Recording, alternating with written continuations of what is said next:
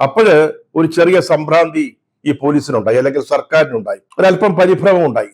അപ്പോഴേക്ക് രാഹുൽ മാങ്കൂട്ടത്തില് ഇവിടെ തിരുവനന്തപുരത്ത് സെഷൻസ് കോടതിയിൽ ഈ രണ്ടാമത്തെ കേസിൽ മുൻകൂർ ജാമ്യത്തിന് അപേക്ഷിച്ചുകൊണ്ടൊരു ഹർജി നൽകിയിരുന്നു.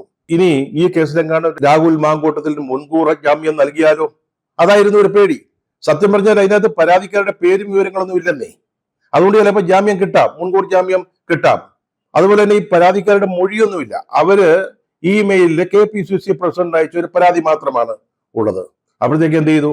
AIG പൂങ്കുഴലി എന്ന് പറയുന്ന ഒരു പോലീസ് ഓഫീസറെ, വനിതാ ഓഫീസറാ, പെട്ടെന്ന് ബാംഗ്ലൂരിലേക്ക് അയക്കുന്നു. അവിടെ ഈ പെൺകുട്ടിയെ കണ്ടെത്തുന്നു. 4 മണിക്കൂർ അവരുടെ മൊഴിയെടുക്കുന്നു. ഇന്നലെയായിരുന്നു ഈ ജാമ്യ ഹർജി സെഷൻസ് കോടതി കേൾക്കേണ്ടിയിരുന്നത്.